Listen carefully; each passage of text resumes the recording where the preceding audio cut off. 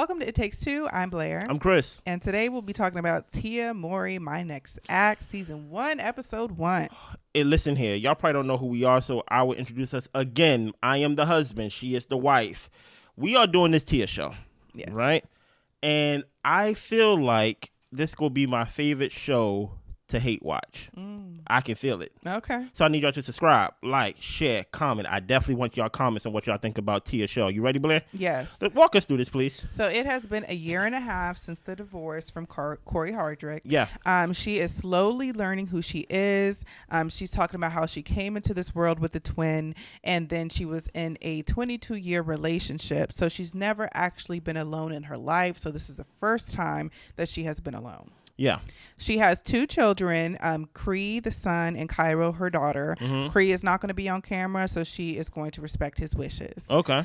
She talks about how she hides her pain for her kids, and it's been hard dropping her kids off and knowing that they don't have this two-parent household that she envisioned for her family. Yeah.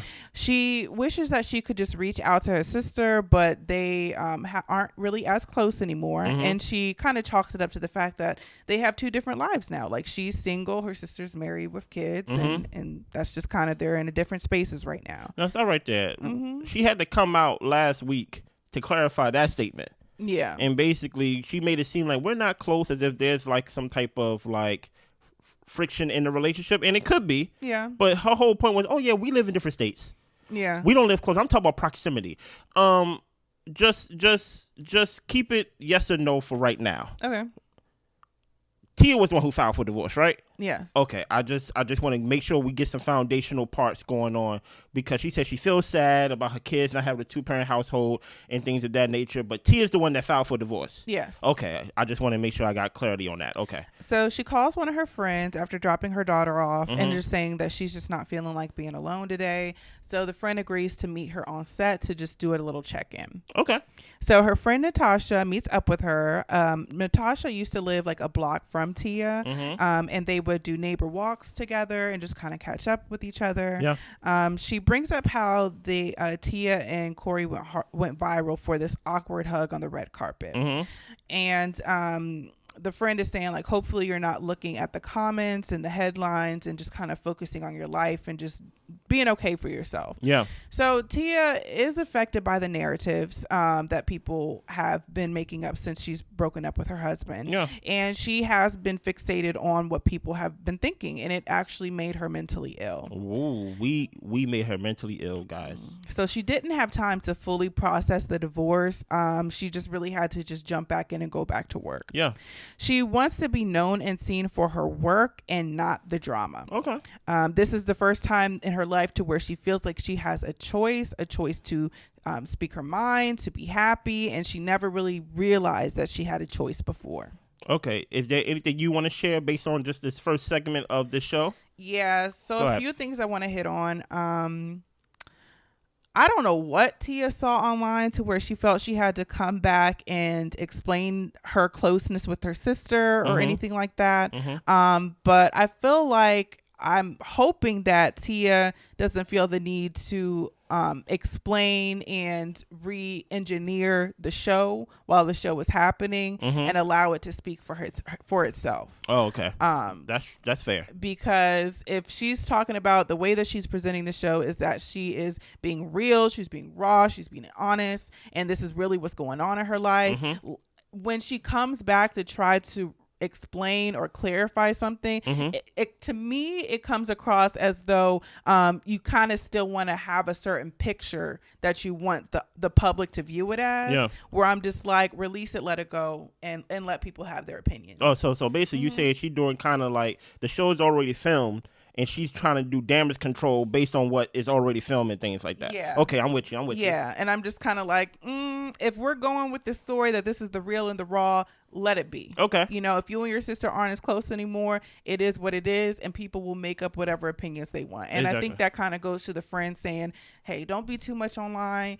Focus on your life. Focus on what you're doing, your projects. And this project is already done, so release it, let it go, Tia. Let it go. And for me, I'm just like, whether or not her sister are close or because of their different life situations or proximity or anything like that, clearly there is some type of issue or static, because why have you not talked to Tamera at all?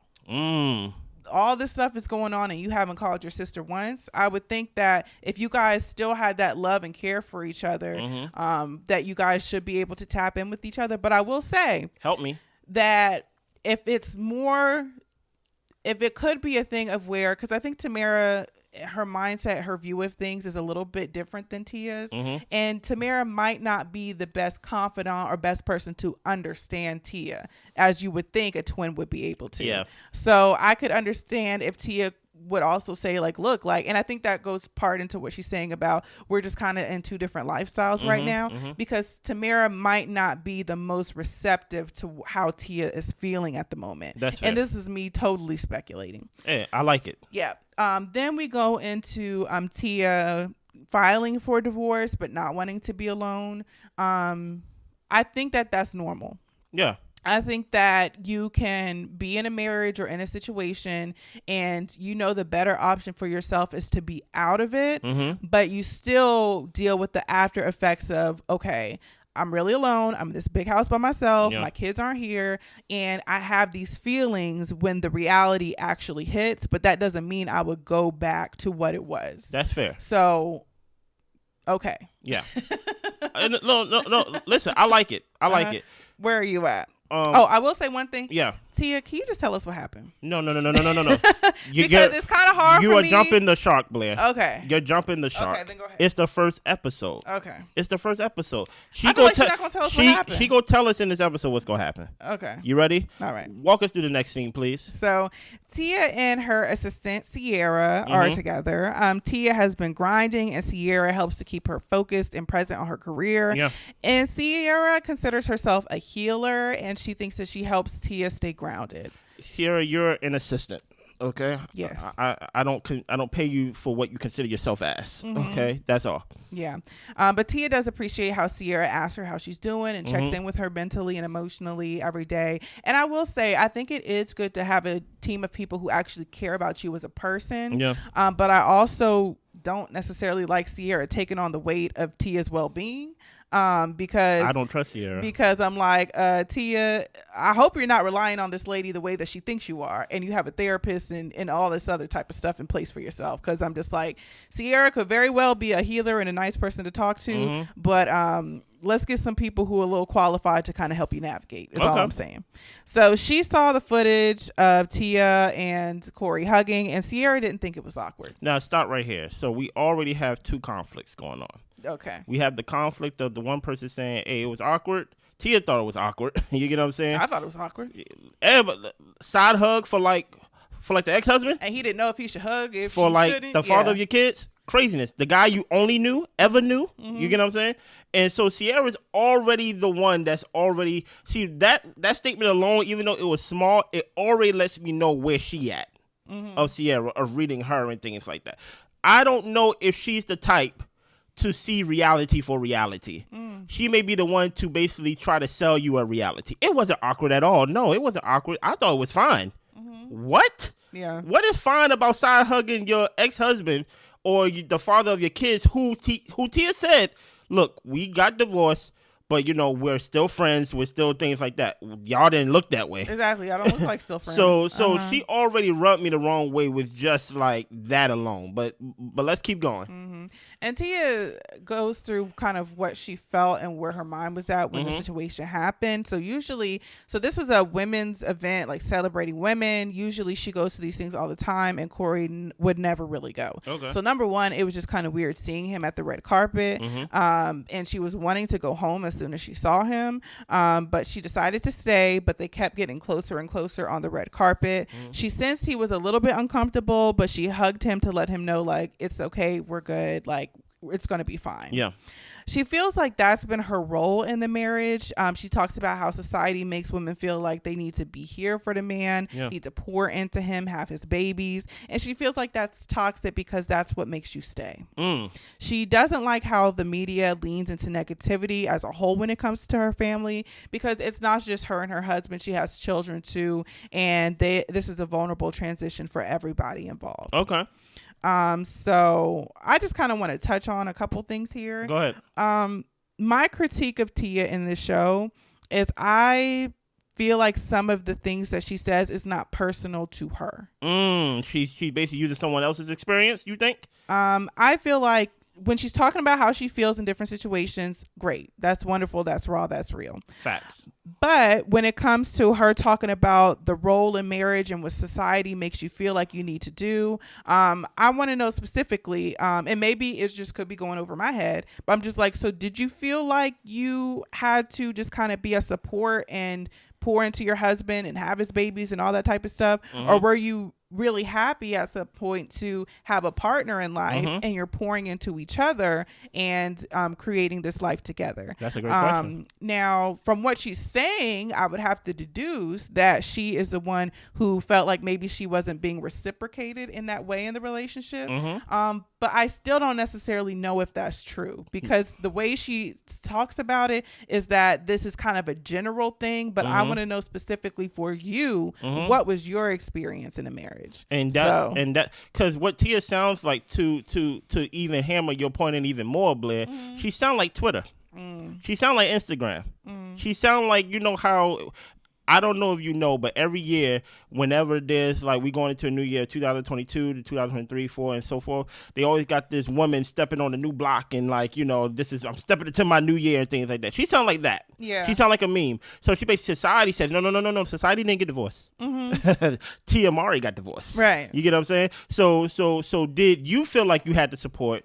Did you feel like you have to serve? Do you feel like you had to be a maid and wait hand and foot for a man? And she basically, you could kind of see in this scene, I don't know if y'all picked up, when she was talking, she got the little neck rolling a little bit and things like that. That basically like this woman empowerment thing. And I have no problem with women being empowered. Yeah. You get what I'm saying? But this whole thing of this movement of, I don't need a man, blah, blah, blah, blah, blah, that's what she sounded like in this moment. Yeah. And my thing is, hey, Tia, your marriage. Yeah. Let's talk about your marriage. You get what I'm saying? Not what you think society expects from marriages with man and woman and things of that nature. Let's talk about your marriage. And just the clarification, because my memory is not really good. Tia was the one who filed for divorce, right? Yeah. Okay, I just want to make sure I point that out daily throughout this episode, because there's going to be a payoff that I need to know at the end of this episode that we get. Okay. Because she keeps talking about society. She keeps talking about what everybody else wants and everybody else, but she is not telling us anything about her marriage. Yeah. And her personal experience. No. So she says that she is a bit afraid. She's uncomfortable with change. Yeah. Sierra thinks, you know, she's around to help Tia be present and stuff. And I'm just like, Sierra, just please be an assistant. Yeah, do that. And then care about your boss. You know what I'm saying? I think that's a good thing to do. But please don't take more weight than you need to. Yeah. So Tia documents how she feels. She like has these like scenes where she's kind of doing like her own video at home. Yeah, like a diary. Yeah, and she's saying that she's learning that it's okay to not be okay. She has been sitting in her feelings. She's used to having people around, but no one is here. It doesn't feel good, and she feels alone. Okay. Cool.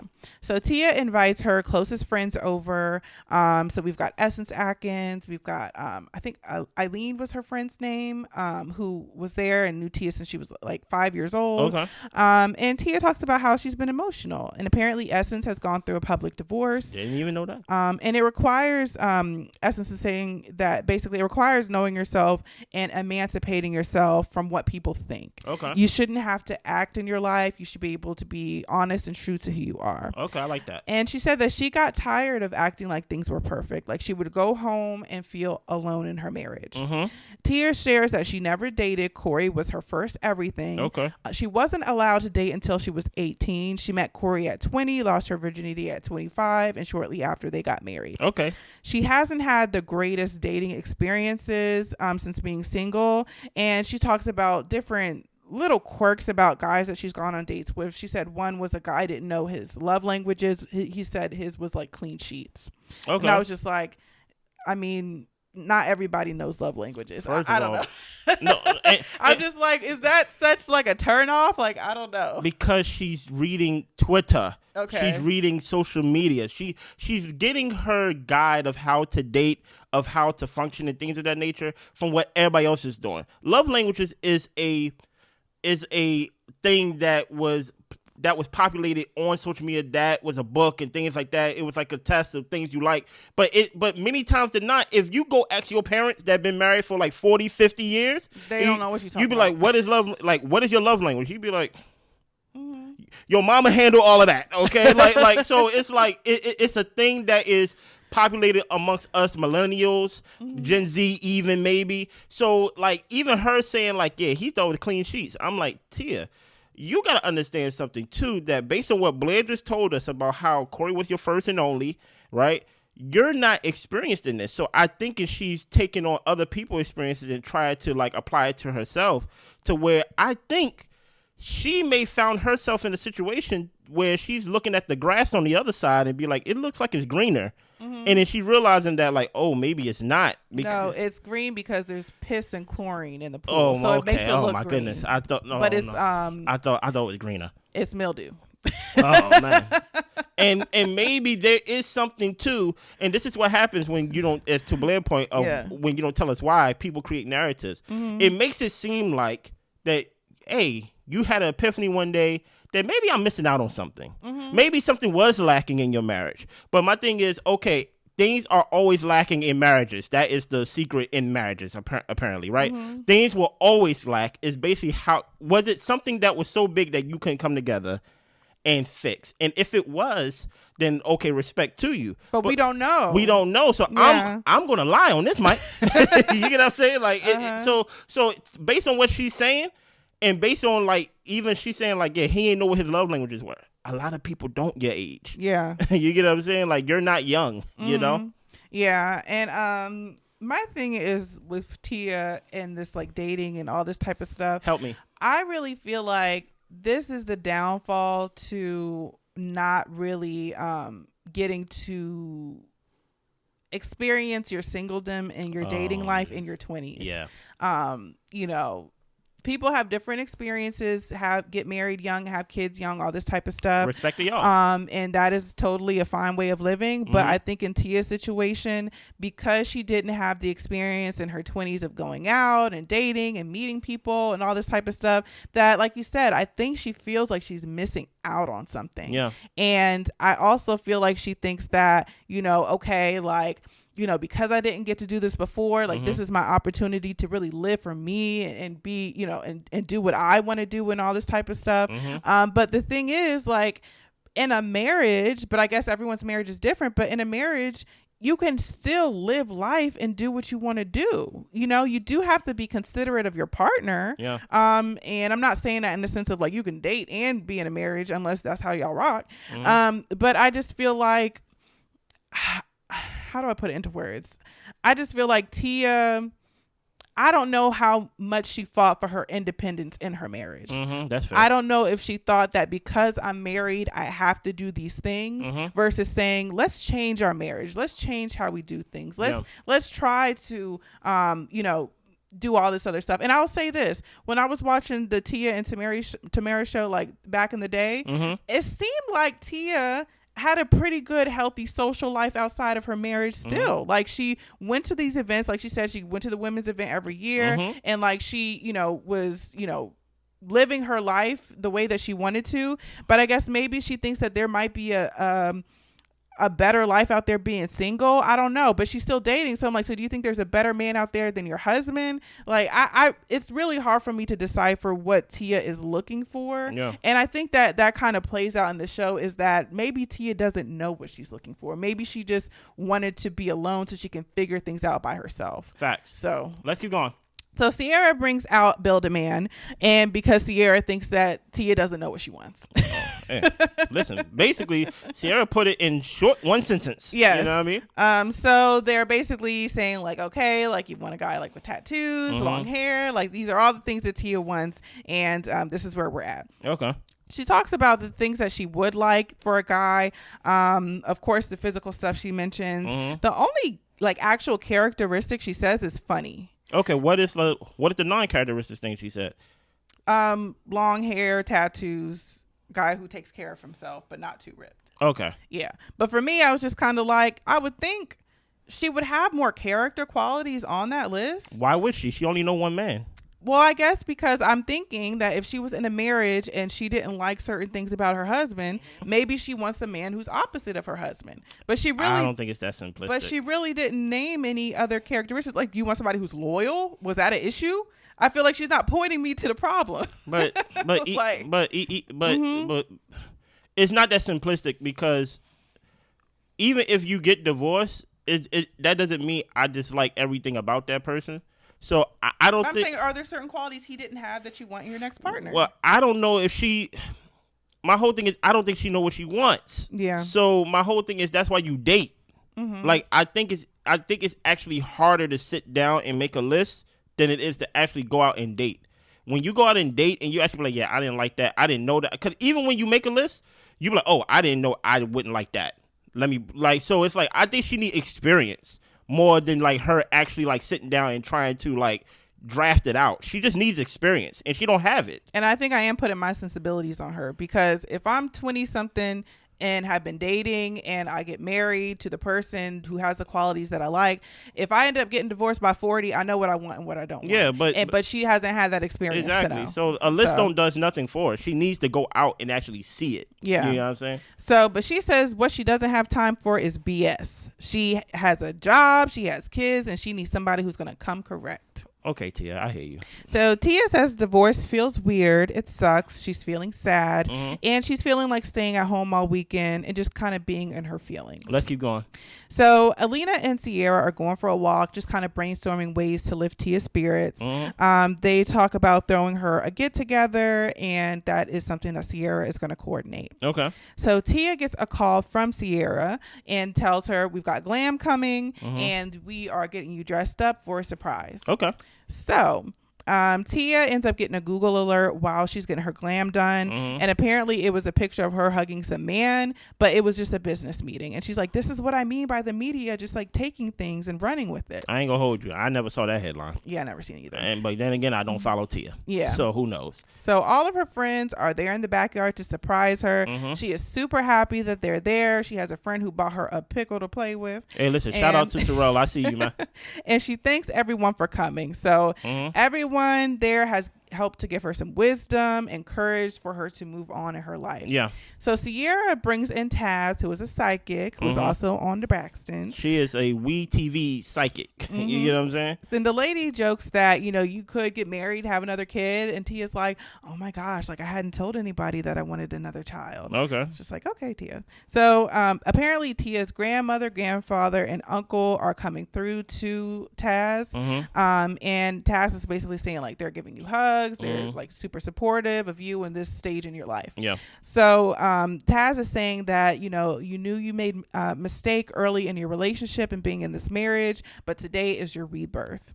Taz is seeing someone come into Tia's life, and this situation is going to be a lot better because she won't be settling, and she has also realized her worth. Okay. So they have a letting go ceremony where they're writing down things they want to let go and put into the fire. Sierra decides to go into Tia's closet, get her wedding dress, and bring the dress out to say we could burn it. Fact. Tia's like, we're not burning this dress. So apparently it was a dress specifically made for her, and a lot of dress designs came afterwards that looked like Tia's dress. Okay. So it's a very special dress, and she's like, I really don't have any negative thoughts about this. The wedding was great. We had a great time, and even the 14 years of my marriage didn't feel like a death. So Natasha, one of Tia's friends, thought that the wedding dress thing was a bit much. Hey, listen here. I felt like Sierra was a bit much this episode. This was like the episode of Tia and Sierra instead of Tia and Tamera. You see a little tongue tie right there. So far, hold on, dude, you got a little bit more? Yeah. Okay, go ahead. Next, Tia releases the fear of the unknown. She's more afraid of feeling stuck, though, than ready to move on. Is that it? Yeah. So let me talk about the psychic first. I'm tired of seeing her. I'm tired of seeing psychics in general. Many times than not, I find it very interesting that the psychic company always come with good news. If I pay you to check, I'm not paying you to bring your statue and things of that nature to tell me bad news. So of course, you're just open to accept anything good. I would have believed the psychic more if the psychic said, "Oh, you shouldn't have got divorced. What you did was fixable, and like you have to live with the fact that like you hurt him or like he hurt you and things. Like it's never something that teeters like in the middle or something negative. It's always like, oh, this is your reborn. Oh, even your dead grandparents is cheering for you and hugging you and things like that. Listen here, I don't care about the dead. You live for the living, right? Moving on to Sierra. I feel like Sierra overstepped her boundaries a lot just in episode 1. Yeah. You get what I'm saying? Like it something about her that I just don't trust, right? And I don't know if it's like, you know how like y'all women get these feelings that like that's like not logical. What is that thing called to where it's like it's a gut feeling? It's a come on, intuition. There we go, Taboo. We got a point, right? The fact that she went to go get the wedding dress, it's like, hey, like make sure you keep your eyes on Sierra. I know you've been friends with her for a while and she's your assistant, but she wanted to burn your dress. She's your assistant. She should have known that like your dresses is kind of modeled after that and things like that. Like it just comes off as if like she wants Tia to stay in this state. It's like it's kind of hard to explain because it's like, you know, I'm trying to be logical with this illogical feeling. Do you know how like somebody is kind of like trying to help you or make it seem like they're helping you? But I don't think Sierra really want to help Tia in that way. Okay. Hopefully, and I'm really hopefully because like I said, Tia was the one who filed for divorce, and as Blair said, she did not tell us why she got divorced. Hopefully, Sierra wasn't one of the voices that encouraged you to, you know what, you need to live for you and be for you and things like that. That's what Sierra gives me. Okay. You get she gives me that like, you know what, instead of encouraging the family unit to be together, work it out, see if there's a way that y'all can come to a understanding, right? She kind of comes off as in like, you know what, Tia, how long are you not gonna think about yourself? Yeah. She just come off as that type of person. I'm judging. It's the first episode. We'll see if I'm wrong or right. Yeah. Overall, I felt like it was a decent episode. Yeah. I feel like I don't know. I feel like Tia's being kind of like fake vulnerable. Like, no, she is. Like it's just like, okay, divorce is sad. We see you're going through it. But you're also not really letting us into the most intimate parts to really understand what you're going through. You're right. And she's kind of still being guarded, which is fine. But I just feel like the show was presented in a way that we're actually going to get to know more about the situation and the real and the raw. And it's not quite that. So, no. And just to support what you say, just so people get a little insight, that is how they do it visually to kind of trick you. Yeah. To make you think it's vulnerable. They turn the lights off in the room, light candles. She's having her own intimate moment. So it gives the gives illusion that, hey, I'm being vulnerable right now. I'm in a dark room because I'm in a dark space. You get what I'm saying? I got candles. I'm alone. Like the lighting is dark and things like that. But maybe she's not going to be vulnerable at all. Maybe this is her next act. Acting throughout this whole season, acting like she is vulnerable, acting like she's going to be open. And maybe in some way, I'm going to give a little bail just to get out of jail. Maybe she's protecting her ex-husband. Maybe he did something and she's like, you know what, I'm not going to speak on it. Maybe so. Maybe. And maybe it's in a way protecting her kids. Like she said, like she doesn't want him ran through the mud because there's kids involved and all that type of stuff. And that could very well be it. But I'm just kind of like, maybe you should have kept it to yourself. Because even at the end of the day, and let me know if I'm wrong, he ain't saying nothing either. Right. You get what I'm saying? So it's one of those things to where, Tia, you need to let us know what's going on, because I'm guessing you're going to have about 8 to 10 episodes. I'm going to start making up my own narratives if you don't give me one. You get what I'm saying? And I think it's going to be more of a Stella got her groove back type of thing, because we're going to see her go to like a stripper show or like Magic Mike or like something like that. So, you know, I think it's going to be a very positive show of just kind of her exploring this new journey of her life and probably not even focusing too much on the divorce, but she has to talk about it in the first episode because that's pretty much the basis of this. So I guess we're just along for the ride to see where Tia is now. But at the same time, I don't really know if that's where Tia is now, because I don't know how honest she's being. But it comes off as a little acting. Who knows? Yeah. But subscribe, like, share, comment. Let us know if you like this episode. Let us know if you're watching. All the above, and we'll be back next week with the next episode. Also, we do Love is Blind. If we have any of y'all Love is Blind fans, go check out Love is Blind. We did the UK version and we just did the current USA version. All 6 episodes is out on our part. We're waiting for the next bundle to get dropped by them next Wednesday. So enjoy that, and we see y'all next time. Bye. Bye.